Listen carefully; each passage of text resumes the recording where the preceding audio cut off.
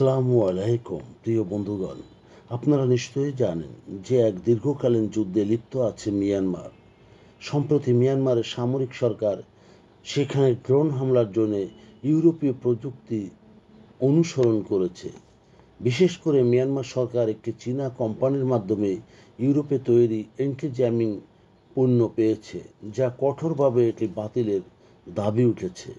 মিয়ানমারের সামরিক বাহিনী তাদের ড্রোন বহরকে রক্ষাকল্পে উন্নত ইউরোপীয় প্রযুক্তি ব্যবহার করেছে, কারণ তারা নৃশংস আকাশ অভিযান পরিচালনা করে থাকে। ফলে মিয়ানমারের বিরুদ্ধে আন্তর্জাতিক নিষেধাজ্ঞা আরোপে আরও কঠোর হতে বলেছে। কনফ্লিক্ট আর্মামেন্ট রিসার্চ অর্থাৎ কারের প্রতিবেদনে বেসামরিক নাগরিকদের বিরুদ্ধে নির্বিচারে আক্রমণের জন্য এই বহুল নিন্দিত মিয়ানমারের সামরিক বাহিনী একটি চীনা কোম্পানির মাধ্যমে ইউরোপে প্রস্তুতকৃত অ্যান্টি জ্যামিং অর্জন করেছে। সেই অ্যান্টি জ্যামিং প্রযুক্তি এটি মিয়ানমারের পূর্বাঞ্চলীয় রাজ্য কায়াহো রাজ্যে ভূপাতিত ড্রোনগুলির পরীক্ষান্তে দেখা গেছে তাদের যত সংযোজন বিয়োজন প্রযুক্তি সেখানে তারা প্রয়োগ করেছে। বিশেষ করে যে ড্রোনগুলিতে উন্নত নেভিগেশন মডিউল লাগানো ছিল, যা জ্যামিং এবং সিগন্যাল স্পুফিং থেকে রক্ষা করে। দেশটি পশ্চিমে চীন রাজ্যেও একই ধরনের প্রযুক্তির প্রমাণ পাওয়া যায়।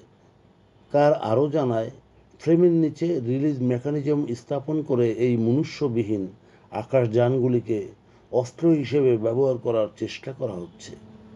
2021 সাল থেকে সামরিক বাহিনী এক অভ্যুত্থানের মাধ্যমে ক্ষমতা দখলের পর দীর্ঘকালীন সময় মিয়ানমারের সংঘাত যুদ্ধে জর্জরিত, যা সামরিক বিরোধী গোষ্ঠী এবং পুরনো জাতিগত সশস্ত্র প্রতিরোধকে উস্কে দেয়, যার সীমান্তবর্তী রাজ্যগুলি নিয়ন্ত্রণে সফল হয়েছে।